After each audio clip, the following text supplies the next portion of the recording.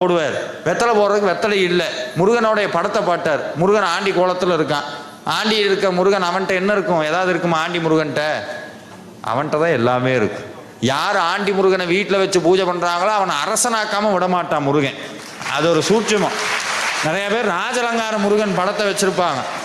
அதில் ஒரு ஆசை என்னது? நம்மளும் ராஜா மாதிரி இருக்கணும். பழனி மலையில் ஏறும்போதே கேட்குறானே, மேலே சாமி எப்படி இருக்கிறாரு? அப்படி இருக்காரா? ராஜாவா? வாயில குறி சொல்லக்கூடாதான். ராஜலங்காரத்தில் இருக்காரா? ஆண்டியா இருக்காரா?